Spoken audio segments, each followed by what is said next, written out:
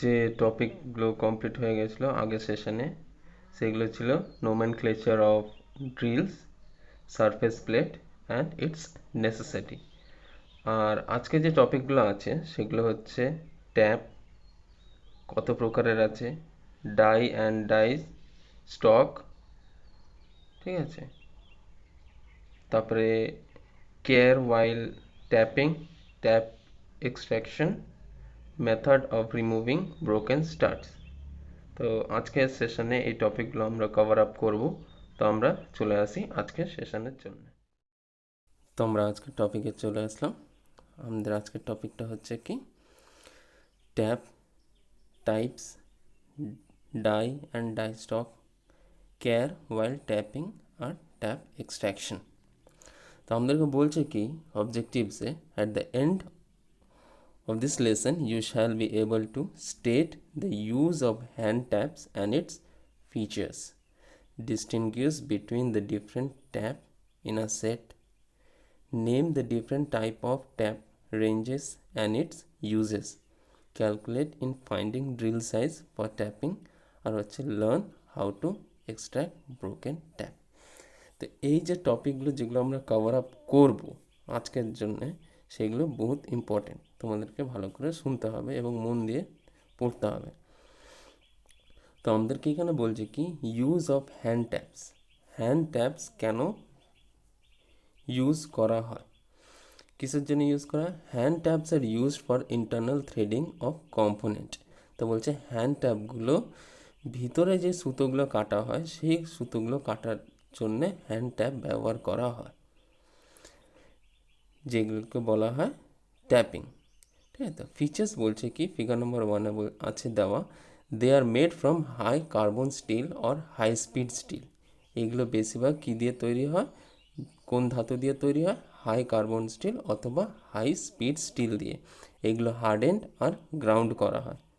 The thread are cut on the periphery and are actually finished. ঠিক আছে, তো বলছে এই থ্রেডটা ওর পুরো গায়ের মধ্যে কাটা থাকে, সুতোটা পুরো গায়ের মধ্যে কাটা থাকে আর একদম পারফেক্ট ফিনিশিং থাকে। To form the cutting edge, fluids are cut across the thread. তার মানে আমাদের যে ফ্লুইডটা আছে, এই ফ্লুইডটা অ্যাক্রস দ্য থ্রেড কাটা হয়েছে, কারণ হচ্ছে কাটিং এজে তৈরি করার জন্যে। তো বলছে the end of the shank of a tap is made of square shape for the purpose of holding the turning the taps. তো এর মাথায় শ্যাঙ্কের উপরে স্কোয়ার হেড টাইপের মতন দেওয়া আছে, কিসের জন্য? হোল্ডিংয়ের জন্য। হোল্ডিংয়ের জন্য যদি না থাকে তাহলে আমরা ট্যাপটাকে ঘোরাতে পারবো না এবং সুতোটা কাটবে না। তো বলছে the end of the taps are chamfered taper lead for assisting aligning and starting of the thread. তো বলছে আমাদের যে ট্যাপের যে একদম মাথাটা আছে শেষের দিকে, গোড়ার দিকে, সেই গোড়ার দিকে একটু চ্যাম্পার করা আছে টেপারের মতন হালকা, যেন ওইটা ভালো মতন যেন বসে আমরা ওটাকে স্টার্ট করতে পারি। তারপরে বলছে কি, the size of the taps, the thread standard, the pitch of the thread and dia of the tapping hole are usually marked on the shank. তার মানে আমরা যে ট্যাপ যেটা ব্যবহার করব, কোনটা কোন ট্যাপ আছে সেই ট্যাপটা জানার জন্য ওইখানে কি করা আছে, মার্কিং দেওয়া আছে। ঠিক আছে, পিচ দেওয়া আছে, ঠিক আছে, ডায়ামিটার দেওয়া আছে, এইগুলো সব ট্যাপের উপরে লেখা থাকে। বলছে marking on the shank are also made to identify the tap types of tap, first, second and plug. মানে একটা ট্যাপ সেটের মধ্যে 3খানা থাকে। ঠিক আছে, ফার্স্ট, সেকেন্ড আর বলা হয় শেষটাকে কি, প্লাগ। তো এইগুলোর জন্যে শ্যাঙ্কে যে শ্যাঙ্কটা আছে, ওই শ্যাঙ্কের মধ্যে এটা মার্কিং করা থাকে যে কোনটা প্রথমে আছে, কোনটা দ্বিতীয় হবে আর কোনটা তৃতীয় নম্বরে চালাতে হবে। এই জিনিসগুলো মার্কিং করা আছে এই ট্যাপের মধ্যে। এবার আমরা দেখে নেব এই যে ফিগার যেটা আছে, এই ফিগারের মধ্যে বিভিন্ন রকমের মার্কিংগুলো দেওয়া হয়েছে। এই মার্কিংগুলো আমাদেরকে ভালো মতন জানতে হবে। তো ফিগার নম্বর 1-এ যেইটুকুন দেওয়া আছে সেটা প্রথমের দিকে আমরা দেখে নিই, যে একদম মাথার দিকে যেটা সাইজ অফ দ্য স্কোয়ার, যেটা অ্যাক্রস ফ্ল্যাটে থাকে, যেটা আমাদেরকে হোল্ডিংয়ের জন্যে বেশিরভাগই দরকার পড়ে। তারপরে হচ্ছে কি উপরের দিকে আছে ড্রাইভিং স্কোয়ার, যেটার মধ্যে হোল্ড হয়ে যেটা দিয়ে আমরা যার সাহায্যে আমরা ট্যাপটাকে ঘোরাই। তারপরে আসছে কি শ্যাঙ্ক ডায়ামিটার, মানে ওই যে বডির যে শ্যাঙ্কটা আছে, যে শ্যাঙ্কের মধ্যে মার্কিং করা থাকে সেই শ্যাঙ্কের ডায়ামিটারটা থাকে। তারপরে আসছে কি আমাদের কাছে লেন্থ অফ দ্য স্কোয়ার, হোল্ডিংয়ের জন্য যেটুকুন ভাগ আমাদেরকে দরকার পড়ে, যে স্কোয়ার পার্টটা দরকার পড়ে ওর নিজস্ব একটা লেন্থ থাকে।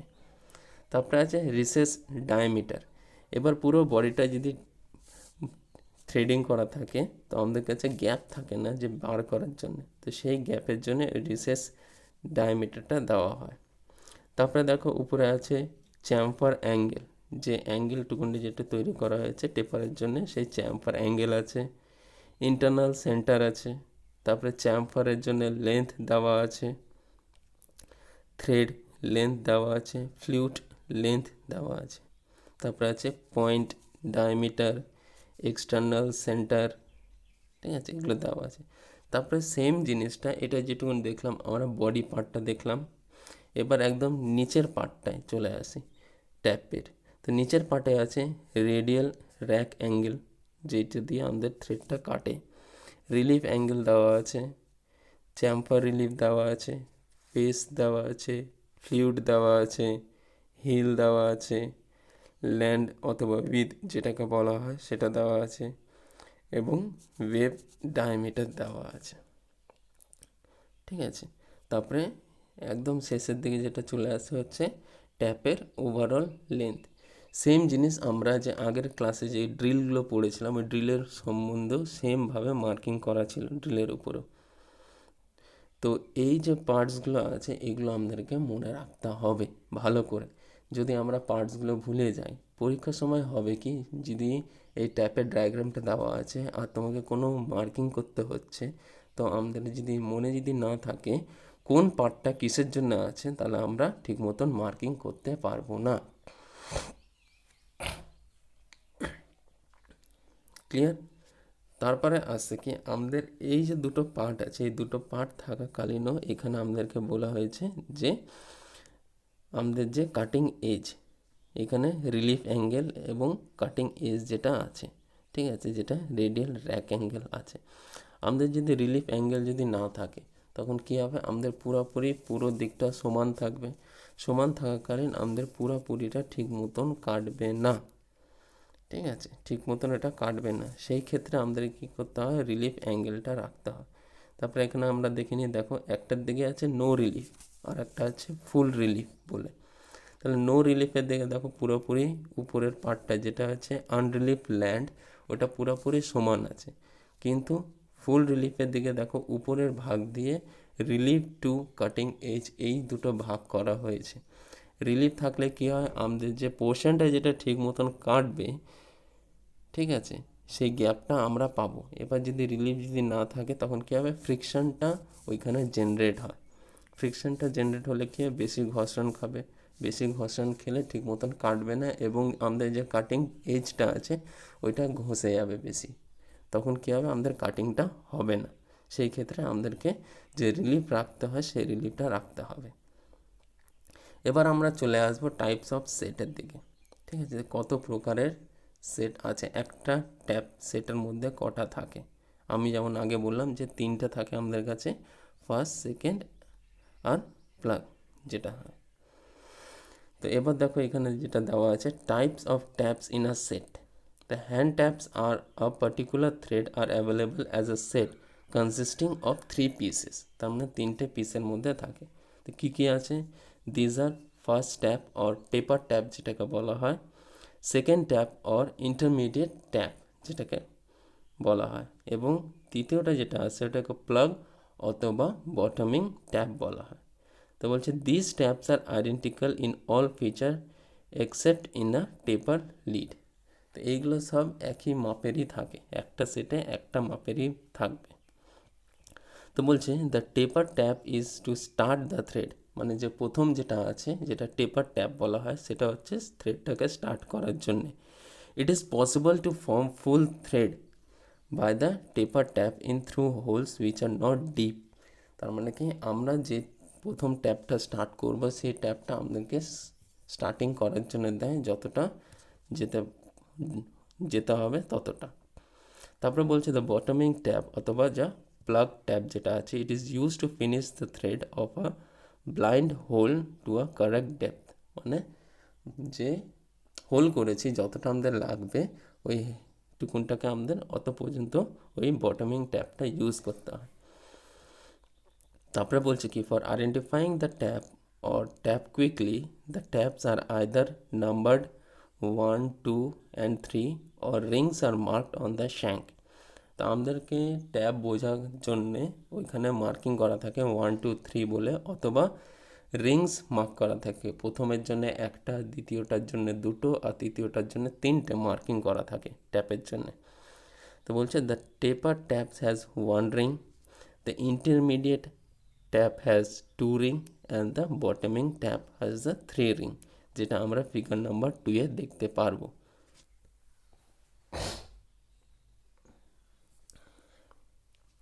তো যেভাবে আমি বললাম যে ট্যাপগুলো যেগুলো আছে সেগুলো আমরা আইডেন্টিফাই কী করে করব, সেগুলো এইভাবে মার্কিং দেওয়া থাকে কোথায়, শ্যাঙ্কের মধ্যে, যে ট্যাপ শ্যাঙ্ক যেটা আছে সেই শ্যাঙ্কের মধ্যে।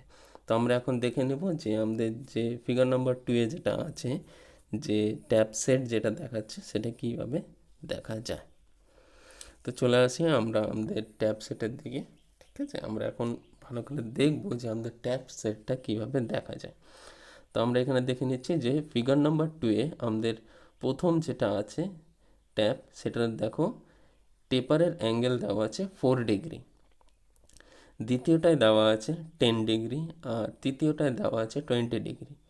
তাহলে টেপার যত ডিগ্রিটা কম থাকবে ওর লেন্থটা বেশি থাকে, আর যত ডিগ্রিটা বেশি থাকবে ওর টেপার লেন্থটা কম থাকবে।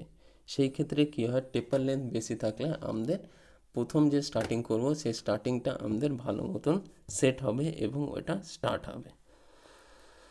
তো এবার যখন আসছে তখন আমরা দেখে নিই ট্যাপ রেঞ্জেস, কোন কোন ট্যাপ কখন ব্যবহার করা হয়, যে রেঞ্জগুলো যেগুলো আছে ওই রেঞ্জগুলো কীভাবে হয়। তো বলছে রেঞ্জগুলোর কাজ কি, basically taper wrenches are use to align the and drive the hand tap correctly into the hole to be threaded.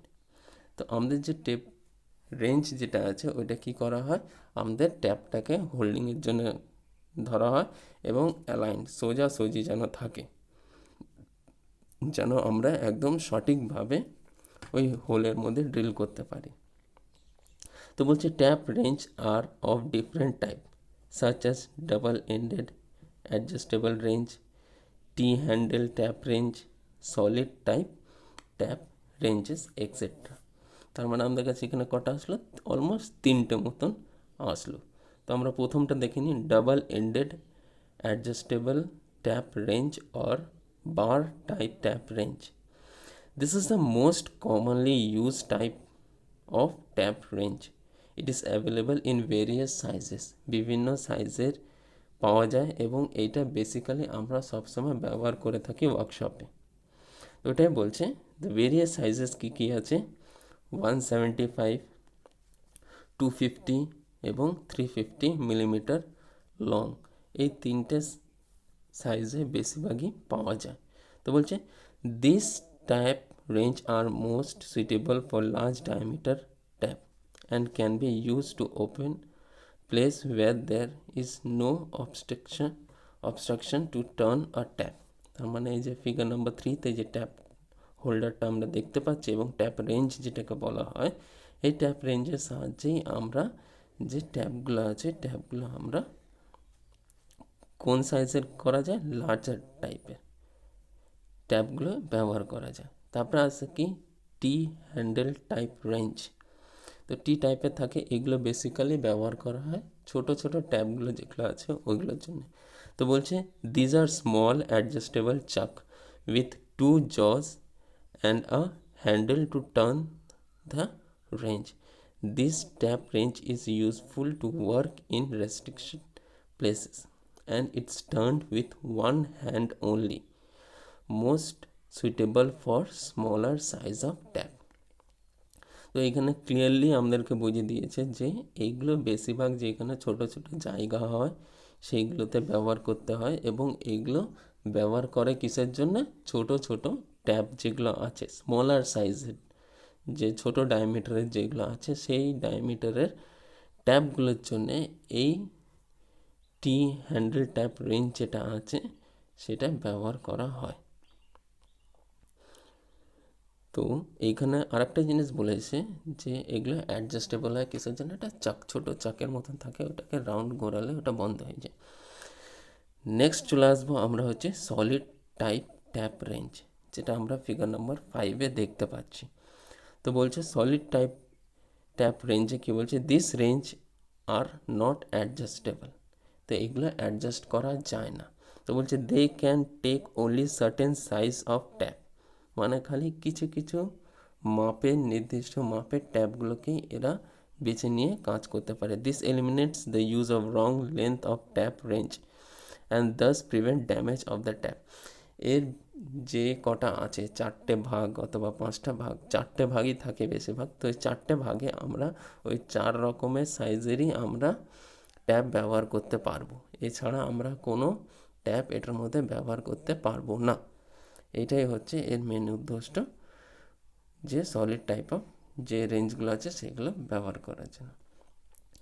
Next topic যেটা ছিল আমাদের হচ্ছে ডাই অ্যান্ড ডাই স্টক। তো আমরা ট্যাপ যেটা পড়লাম সেটা হচ্ছে ভিতরের সুতো কাটার জন্যে, আর ডাই যেটা হয় সেটা হচ্ছে বাইরের সুতো কাটার জন্যে, যেগুলো বেশিরভাগ সিলিন্ড্রিক্যালে থাকে। তো বলছে অবজেক্টিভসে এখানে আমরা দেখে নিই। List the different types of die, state the features of each type of dies, state the use of each type of die, name the type of the stock for each type of die, diameter, determine the diameter of blank size of external thread cutting। তো আমরা চলে আসি যে কি বোঝাতে চাইছে আমাদেরকে এখানে। Threading die are use to cut external thread on a cylindrical work piece. তো সিলিন্ড্রিক্যাল ওয়ার্ক পিসে আমাদের যে এক্সটার্নাল থ্রেডিং, মানে এক্সটার্নাল হচ্ছে বাইরের জন্য, তো বাইরে যখন সুতো কাটতে হয় কিসে কাটে এরা? খালি সিলিন্ড্রিক্যাল ওয়ার্ক পিসেই কাটা হয়, তাছাড়া অন্য কোনো সুতোতে এ কাটতে পারে না। ঠিক আছে, তারপরে আছে types of die. The following are the types of dies: circular split die, half die, adjustable screw plate die. তো সব থেকে প্রথমে চলে আসি সার্কুলার স্প্লিট ডাই অথবা বাটন ডাই যেটাকে বলা হয়, যেটা আমরা ফিগার নাম্বার 2-এ দেখতে পাচ্ছি। সেটা কি বলছে? It has a slot cut to permit slight variation in size. তো এইটা আমাদেরকে দেখেই বোঝা যাচ্ছে যে একটা ছোট গোল বোতামের মতন আছে, যেটার মধ্যে ভিতরের দিকে সুতো কাটা হয়েছে। তো যখনই ভিতরের দিকে সুতো কাটা যে ডাইগুলো থাকে সেইগুলোই বেশিরভাগই আমরা এক্সটার্নাল থ্রেড কাটার জন্য ব্যবহার করি। ঠিক আছে, এইটার জন্য এটাকে দুটো নাম দেওয়া হচ্ছে, একটা হচ্ছে সার্কুলার স্প্লিট। সার্কুলার স্প্লিট এটার জন্য হয়, দেখো মাঝখান দিয়ে এটা একটু হালকা গ্যাপ অথবা ভাগ রাখা হয়েছে যেন টাইট দেওয়ার জন্য। ঠিক আছে, এটার জন্য এটাকে স্প্লিট ডাই বলা হয়। তো আমরা এবার আগে দেখে নেব যে এর মেন কিভাবে কাজ করে এবং কিভাবে এটাকে আমাদেরকে ইউজ করতে হবে, এই জিনিসটাকে আমরা ভালো করে দেখে নেব। এবং আমরা দেখে নিতে পারছি যে ফিগার নম্বর 1-এ কীভাবে বসানো ছিল আর কিভাবে ওটা কাজ হচ্ছিল। তো বলছে when held in the die stock, variation in the size can be made by using the adjusting screw, the permit increasing or decreasing of the depth of cut. When the side screw are tightened, the die will close slightly, যেটা figure number 3-তে দেওয়া আছে, for adjusting the depth of cut. The center screw is advanced and locked in a groove. This type of die is called the button die. তো আমরা দেখো আমাদের কাছে যে side screw আছে, সেই সাইড স্ক্রুগুলোর কাজ কি হচ্ছে? আমাদের যে ডেপথ দেওয়ার সময় আমাদেরকে এই সাইডের স্ক্রুগুলোকে হালকা করে টাইট দিতে হয়, এবং এই যে ডাই স্টক যেটা আছে, যে ডাই যেটা আছে এটাকে আটকানোর জন্য আমাদের কাছে যে সেন্টার স্ক্রুটা আছে, এই সেন্টার স্ক্রুয়ের সাহায্যে আমরা এই যে ডাই যেটা আছে এটাকে আমরা লক করি, যেন যখনই ওটাকে আমরা ইউজ করব অথবা ওটা দিয়ে কাটিং করা হয়, থ্রেড কাটিং করা হয়, তখন কি হয়, এটা যেন না সরে যায় অথবা না নড়ে যায়। এটার জন্য এই সেন্টার স্ক্রুটা ইউজ করে। এরপরে আসছে কি হাফ ডাই। ঠিক আছে, হাফ ডাইয়ের কাজ কি, কিভাবে দেখা যায় আর কেমনভাবে এটাকে ইউজ করতে হয়।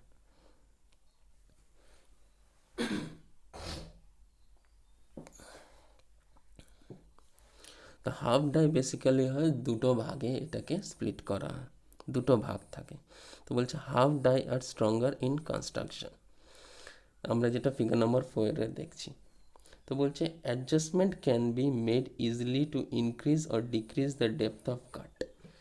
This dies are available in matching pair and should be use together. By adjusting the screw of the die piece can be brought close together or can be moved apart. আমরা দেখো এইখানে figure number 4-এ উপরের দিকে একটা ছোট্ট screw দেওয়া আছে। ওই স্ক্রুয়ের সাহায্যে আমরা এই যে হাফ ডাই যেটা আছে এটাকে আমরা অ্যাডজাস্ট করি। ডেপ দেওয়ার জন্য আমরা এটাকে ভিতরের দিকে চাপ দিই, আর হালকা করার জন্য আমরা এটাকে বাইরের দিকে একটু বার করি। আর এই যে হাফ ডাই যেটা আছে এটা দুটো পিস থাকে, দুটোই একই রকম দেখা যায়। ঠিক আছে, তো নেক্সট আজকে এখানে কি বলছে, by adjusting the screw of the die piece can be brought closer or can be moved apart. They need a special die holder, এর জন্য একটা স্পেশাল ডাই হোল্ডার ব্যবহার করতে হয়। নেক্সট আসছে কি অ্যাডজাস্টেবল স্ক্রু প্লেট ডাই।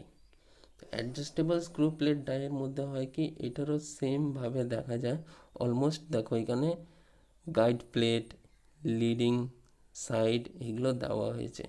তো এইগুলো থাকে কি এর ভিতরে আমাদেরকে সেট করতে হয় যে আমাদের থ্রেডটা কাটবে কি করে। তো বলছে this is another type of two piece die similar to the half die. এটাও এক রকমেরই হাফ ডাই আছে, সিমিলার দেখতে। This provides greater adjustment than the split die, এটা আমাদেরকে গ্রেটার অ্যাডজাস্টমেন্ট দেয়। The two die halves are held securely in a collar by means of a threading plate, guide plate, which also act as a guide while threading.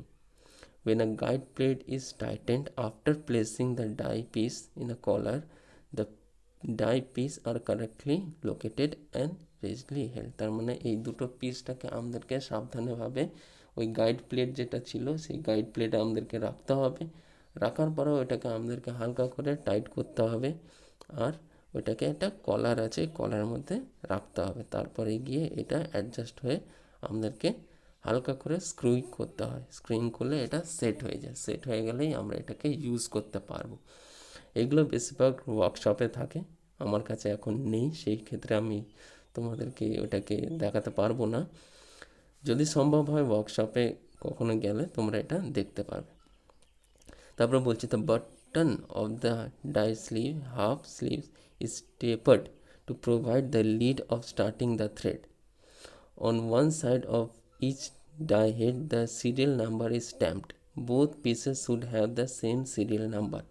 তার মানে এই যে die যেগুলো আছে সেইগুলো কি হয়, সিরিয়াল নাম্বার দেওয়া থাকে। এই সিরিয়াল নাম্বার যদি না ম্যাচ করে তখন কি হবে, এটা সেট হবে না। ঠিক আছে, নেক্সট আছে ফিগার নাম্বার 6-এ আমাদেরকে কি বলছে, this type of die stock is called the quick cut die stock. ঠিক আছে, এই যে ফিগার নাম্বার 6 দেখছি এইগুলোও আছে যেগুলো ওয়ার্কশপে তোমরা দেখতে পারবে বেশিরভাগ। তো বলছে ডাই নাট। তো ডাই নাটটা কেমন দেখা যায়, তো বলছে ইটস সলিড ডাই, যেটা ফিগার নাম্বার 7 আমরা দেখতে পারবো। The die nut is used for chasing or reconditioning the damage thread. তার মানে এই যে ডাই নাট যেগুলো আছে এগুলো কি হয়, আমাদের কোনো থ্রেড অথবা সুতো যদি খারাপ হয়ে থাকে সেই সুতো ঠিক করার জন্য আমাদেরকে এই ডাই নাটটা ব্যবহার করতে হয়। এটা দিয়ে আমরা কোনো নতুন সুতো কাটতে পারবো না, এটা খালি থাকে হচ্ছে সুতো ঠিক করার জন্য, যেগুলো নষ্ট হয়ে গেছে অথবা খারাপ হয়ে গেছে সেই সুতোগুলো ঠিক করার জন্য এই ডাই নাটটা ব্যবহার করা হয়। এটার জন্য বলছে এখানে দেখো নোট দেওয়া আছে, die nuts are not to be used for cutting new thread. তো বলছে die nuts are available for different standard and size of thread. তার মানে এর বিভিন্ন বিভিন্ন সাইজ আছে, নিজস্ব সাইজ আছে, যে যে সাইজের জন্য দরকার থাকে সেই সাইজের জন্যই এটা ব্যবহার করা হয়, তাছাড়া এটা কোনো জায়গায় ব্যবহার করা যাবে না। ঠিক আছে, তো এটার জন্য বললাম যে এই যে ডাই নাট যেগুলো আছে এগুলো খালি সুতো ঠিক করার জন্য কাজে দেয়, তাছাড়া কোনো কাজে দেবে না। তো সেটাই বলছে, the die nuts are available for different standard and size of thread. Die nut is turned with a spanner. স্প্যানারের সাহায্যে এটাকে আমাদেরকে ঘুরিয়ে ঘুরিয়ে যে সুতোগুলো খারাপ হয়ে গেছিলো ওই সুতোগুলো আমাদেরকে ঠিক করতে হয়। তো বলছে determining the diameter of blank size of external thread cutting. তো আমাদের কাছে যখনই সুতো কাটতে হয় তখন আমাদের কাছে একটা আন্দাজ সাইজ থাকে, যার কোনো নির্দিষ্ট সাইজ নেই। তো why should the blank size be less? তো ব্ল্যাঙ্ক সাইজটা কেন কম থাকা উচিত? কম থাকা উচিত কারণ হচ্ছে কম যদি না থাকে সেই ক্ষেত্রে আমাদের ঠিক মতন যে ডাই যেগুলো আছে সেগুলো সেট হবে না, এবং যে সুতোর যে মাপ আছে, পিচ আছে, সেই পিচটা ঠিক মতন কাটবে না। এটার জন্য আমাদের কাছে একটা ব্ল্যাঙ্ক সাইজটাকে সবসময় একটুখানি কম রাখতে হয়, যেন আমাদের যে ডাই যেটা আছে সেটা ভালো করে বসে সুতো কাটার আগে। It has been observed for practice that the thread's diameter of steel blank shows a slight increase in diameter. Such increase in diameter will make the assembly of external and internal component very difficult. তার মানে এটাই বোঝাতে চাইলো যে এটা যদি কম যদি না থাকে তখন কী হবে, যখনই আমরা এটাকে অ্যাসেম্বলি করছি অথবা অ্যাডজাস্ট করছি তখন এটা ঠিক মতন বসবে না, বেশি হয়ে যাবে সব সময়। ঠিক আছে, এটার জন্য যত চেষ্টা থাকে একটুখানি সাইজটাকে আমরা কমই রাখি। তো বলছে to overcome this the diameter of blank is slightly reduced equal to 0.1 into pitch. তো 0.1 আমরা কমই রাখি সবসময় পিচের সাহায্যে। তো নেক্সট টপিক যেটা আসবো সেটা হচ্ছে আমাদের ট্যাপ এক্সট্র্যাক্টর। ট্যাপ এক্সট্র্যাক্টরটা কী জিনিস, মেনলি কোন কাজে ব্যবহার করতে হয়? এখানে বলছে যে name the different method of removing broken taps, state the method of removing the broken taps. যেমন আমাদের কাছে এখানে এমনি বোঝা গেল যে ট্যাপ এক্সট্র্যাক্টরটা কি, যখনই কোনো ট্যাপ ভেঙে যায় তখন আমাদেরকে এই ট্যাপ এক্সট্র্যাক্টরটা কাজে দেয়, কিসের জন্য? বের করার জন্য। তো বলছে a tap broken above the surface of the workpiece can be removed using gripping tools like pliers. Plus হচ্ছে আমাদের যে প্লাসগুলো আছে প্লাসগুলোর সাহায্যে আমরা এটাকে যে ভেঙে গেছে ট্যাপগুলো সেগুলো বার করা যায়। Tap broken below the surface poses a problem for removing. Any one of the several methods given below can be used. এবার যদি ট্যাপটা যদি ভিতরের দিক দিয়ে যদি ভেঙে বেরিয়ে গেছে আর সারফেস দিয়ে ভিতরে আছে তখন কি হয়, আমাদের কাছে প্লায়ার কাজে দেয় না ওটা বের করার জন্য। সেই ক্ষেত্রে আমাদেরকে ট্যাপ এক্সট্র্যাক্টর ব্যবহার করতে হয়। ঠিক আছে, তো এখানে বিভিন্ন প্রকারের মেথড আছে যেটা দিয়ে আমরা এটাকে বের করা যায়। তো আমরা দেখে নেব সব থেকে প্রথমে যে ডায়াগ্রামে আমাদের কাছে একটা ট্যাপ এক্সট্র্যাক্টর আছে যেটা ফিগার নম্বর 1-এ আছে। ওখানে বলছে squad for tap, push down or collar আছে, ফিঙ্গার্স আছে, আর নিচে দেখানো আছে একটা ব্রোকেন ট্যাপ। তো ফিঙ্গার্সগুলোর কাজ হচ্ছে ওটাকে গ্রিপটাকে যে ভাঙা ট্যাপ আছে ওটাকে ধরার জন্যে, কলারটাকে নামালে ওটা টাইট হয়ে যায়, আর যে স্কোয়ার হেড আছে উপরে মাথায় ট্যাপের জন্যে সেটা সাহায্যে কী হয়, আমরা ট্যাপটাকে অ্যান্টি ক্লকওয়াইজে ঘুরিয়ে এক্সট্র্যাক্টরটাকে অ্যান্টি ক্লকওয়াইজের দিকে ঘুরিয়ে আমরা যে ভাঙা ট্যাপ আছে সারফেসের নিচে সেই সারফেসের নিচে দিয়ে আমরা আস্তে আস্তে করে ওটাকে ভাঙা ট্যাপটাকে বার করে নিতে পারি। তো বলছে this is very delicate tool and need very carefully handling. এটা প্রচণ্ড ডেলিকেটেড টুল আছে, এটা ঠিক মতন যদি আমরা হ্যান্ডেল যদি না করি এটা ভেঙে যেতে পারে। তো বলছে this extractor has fingers. Fingers কিসের জন্য কাজে দেয়? ধরার জন্যে, ঠিক আছে, which can be inserted on the flute of the broken tap. তার মানে যে ফ্লুটটা আছে ওই ফ্লুটের জন্য, ওটাকে ধরার জন্যে এই ফিঙ্গার্সগুলো কাজে দেয়। তো বলছে the sliding collar is then brought to the surface of the work and the extractor turned anti-clockwise to take out the broken tap। তার মানে এখানে আমাদেরকে স্পষ্ট বলে দিল যে কলারটাকে নিচে নামিয়ে দিলে কী হবে, ওটা আঙুলগুলোকে টাইট করে দিবে, তারপরে অ্যান্টি ক্লকওয়াইজে ঘুরিয়ে আমরা যে ভাঙা ট্যাপটা আছে ওটাকে বার করে নিতে পারবো। তারপরে বলছে কি light blow on the broken tap with a punch will help to relieve the tap if it is jam inside the hole. এবার হচ্ছে যে পাঞ্চের সাহায্যে মাঝে মাঝে কী হয়, আমরা যখন ট্যাপিং করি তখন টাইট হয়ে যায়, আর যদি ভেঙে যায় তখন এই হালকা করে একটা বাড়ি মারলে পাঞ্চের সাহায্যে এবং হাতুড়ির সাহায্যে এটুকুনি বাড়ি মারলে ওটা হালকা লুজ হয়ে যায়। সেই ক্ষেত্রে কী হয়, আমাদের ট্যাপ এক্সট্র্যাক্টরটা আরামসে ওটাকে ঘুরিয়ে বার করে নিতে পারে। দ্বিতীয় পদ্ধতিটা হচ্ছে কি ইউজ অফ পাঞ্চ। পাঞ্চ কীভাবে ইউজ করা যায় ওটাকে বার করার জন্য।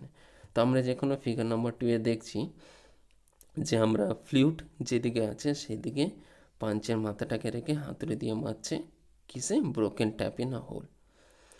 তো in this method the point of punch is placed in a flute of a broken tap in an inclination and stuck with a hammer. মানে ইনক্লাইন করে পাঁচটাকে রেখেছে আর ওখানে বাড়ি মারছে হালকা হালকা করে, আর ওই পদ্ধতিটা দিয়ে যে ভাঙা ট্যাপটা আছে ওটাকে বার করা যায়।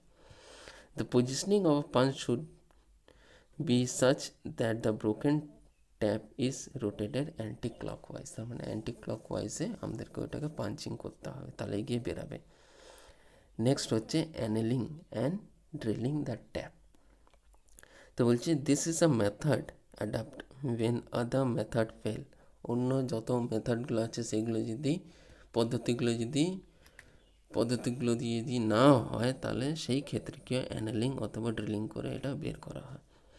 তো বলছে process by the broken tap is heated. In this process the broken tap is heated by flame or by other method of annealing. A hole is then drilled on the anneal tap. The remaining piece can be removed either by using a drift or using a easy out extractor. This method is not suitable for workpiece which low melting temperature such as aluminium, copper, etc. এইগুলো অ্যানেলিং যখনই করা হয় সেই ক্ষেত্রে আমাদেরকে মনে রাখতে হবে যে আমাদের যে ওয়ার্কপিস আছে এটা যেন যে মেল্টিং টেম্পারেচার আছে এই মেল্টিং টেম্পারেচার দিয়ে যেন কম যেন না থাকে, নাহলে কী হবে ওয়ার্কপিসটা গলে যাবে কিন্তু ট্যাপটা আর বেরাবে না। তো অ্যানেলিং হচ্ছে আমাদের যে ট্যাপ আছে ওইটাকে একটু হালকা নরম করে দেয়।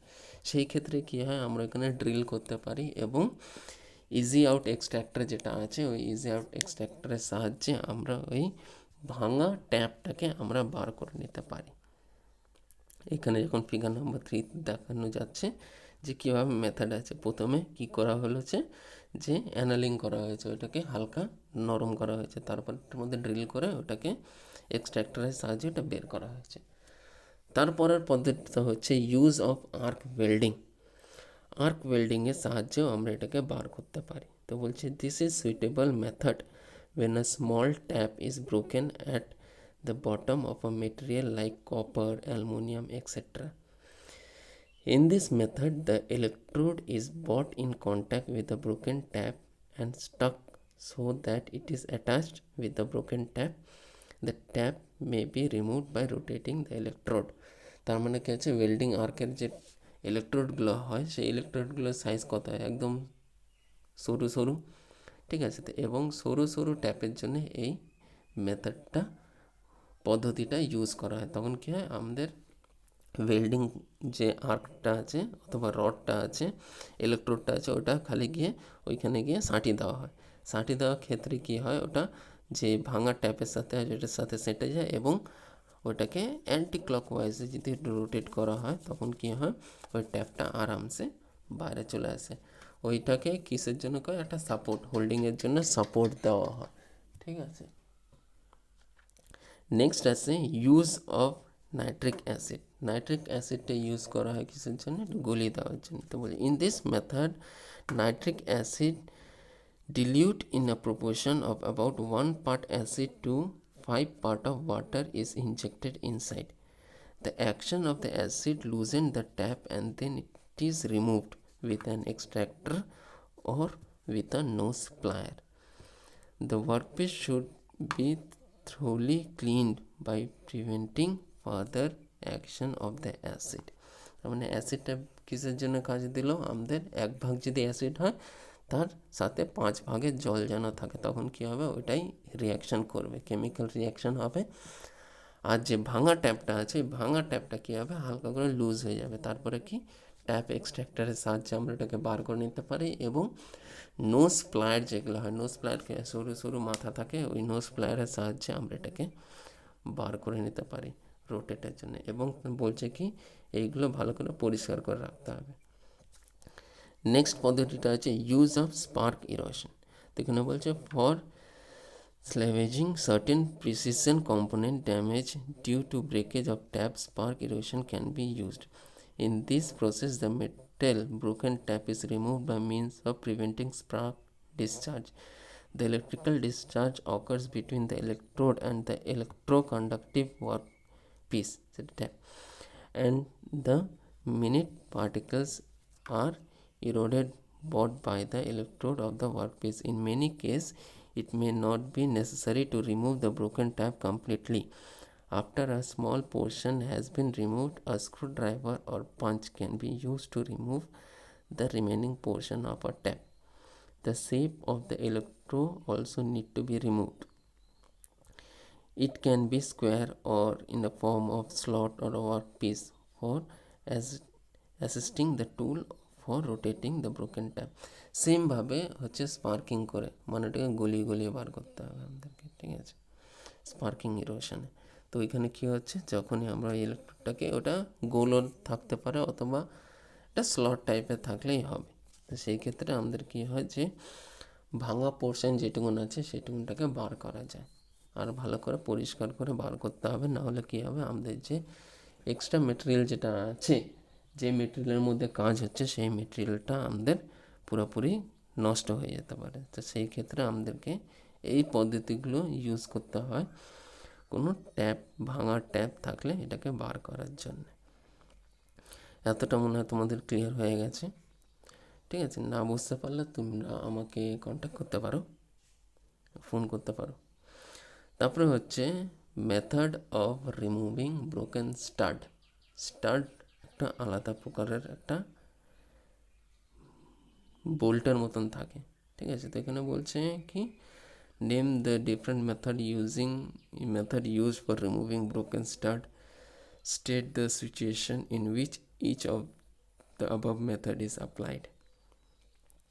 তো আমাদেরকে বলছে কি, আমরা ওয়ার্কশপে স্টাডগুলো বহুত কমই আমরা দেখেছি হবে, তোমরা দেখেছো হবে, কিন্তু বেশিরভাগ যেগুলো হেভি ডিউটি ওয়ার্ক হয় সেগুলোতে বেশিরভাগ স্টাডগুলো দিয়ে টাইট করা হয়। তো বলছে when stud or screw are broken and the following methods are used for removing them. তো সবথেকে প্রথম হচ্ছে স্ক্রু এক্সট্র্যাক্টর। কীভাবে স্ক্রু যদি ভেঙে যায় সেই ক্ষেত্রে কীভাবে আমরা ওই ভাঙা স্ক্রুটাকে বার করা যায়। তো বলছে screw extractor are available in different size depending on the size of the broken stud a hole is first drill. তো যে স্টাডটা ভেঙেছে ওই স্টাডটার সাইজে দেখে নিতে হবে আমাদেরকে কতটা আছে, সেই উপরে আমাদেরকে ড্রিল করতে হবে। A screw extractor is then inserted in the hole and turned anti-clockwise until it is tight. Turning further will loosen the stud. তো আমরা আরও বাইরে চাপ দিয়ে দিয়ে ওটাকে যদি ঘোরাতে থাকি তখন কী হবে, আমাদের যে ভাঙা স্টাডটা আছে ওটা বেরিয়ে যায়। নেক্সট মেথডটা আছে tapered square drift. Tapered square drift যেটা আছে, দেখো তোমরা এখানে ফিগারেই বুঝতে পারবে যে কী বোঝাতে চাইছে। বলছে first a hole approximately to half the diameter and to about half the length of a broken stud may be drilled. A tapered drift with a square head is then driven into the hole. তো কী আছে, প্রথমে drill করে নিয়ে এসে তারপরে ওই যে square head টেপার যেটা আছে ওটাকে ওটার মধ্যে ইউজ করা হয়েছে, ঢোকানো হয়েছে। তারপরে হচ্ছে use a tap wrench or spanner and rotate the drift for unscrewing the stud. তো সেই ওইটার স্প্যানারের সাহায্যে এবং বা ট্যাপ রেঞ্জের সাহায্যে ওইটাকে অ্যান্টি ক্লকওয়াইজ ঘোরালে ওটা বেরিয়ে আসে। তারপরে বলছে ইউজিং আ স্ক্রুড্রাইভার সাহায্যেও আমরা ওটাকে বার করতে পারি, ভাঙা আছে স্টাডটা আছে। কিন্তু তার আগে আমাদেরকে দেখতে হবে if there is sufficient projection of a broken stud.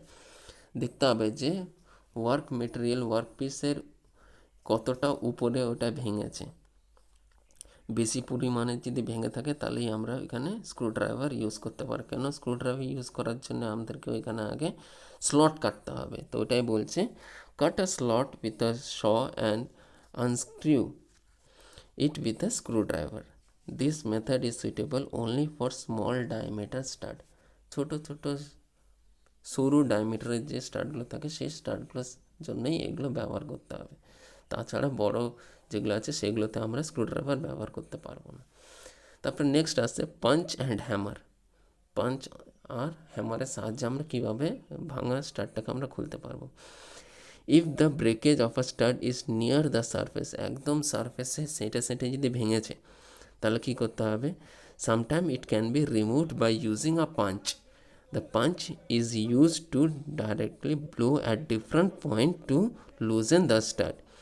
Be sure the punch is used in a direction of unscrewing. তার মানে পাঞ্চটাকে আমরা কোন দিকে ইউজ করতে হবে, যে পাশে ওটা লুজ হবে সে পাশেই আমাদেরকে পাঞ্চিং করতে হবে, নাহলে ওটা খুলবে না। তো ইউজিং স্প্যানারের সাহায্যেও আমরা ভাঙা স্টাড অথবা স্ক্রু আমরা খুলতে পারি। কীভাবে? Larger diameter stud which are broken above the surface can be removed by shaping a square head and then removing by a spanner.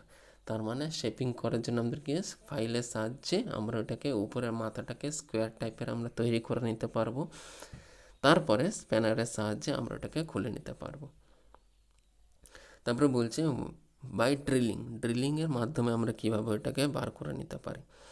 Broken stud which are very stubborn can be drilled through. The remaining metal can be removed using a tap or a scriber point.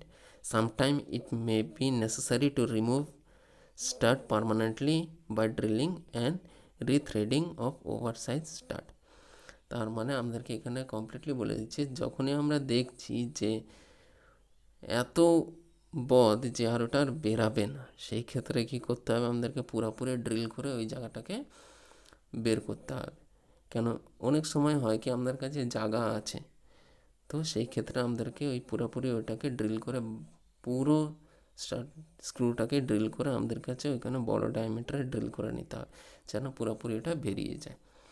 আর পুরোপুরি যদি না বেরোয় তাহলে আমাদেরকে ওইটা আর কোনো কাজে দিবে না। সেই ক্ষেত্রে কী হচ্ছে, আমাদেরকে বলছে sometime it may be necessary to remove the stud completely by drilling and rethreading for oversized stud. তার মানে ওইখানে পুরোপুরি ড্রিল করার পরে ওইখানে অন্য মাপের থ্রেড যেন আমরা ওইখানে কাটতে পারি, সেই মাপের ওইখানে আমাদেরকে পার্মানেন্টলি ওটাকে করে নিতে হবে, নিজে দিয়ে করে নিতে হবে।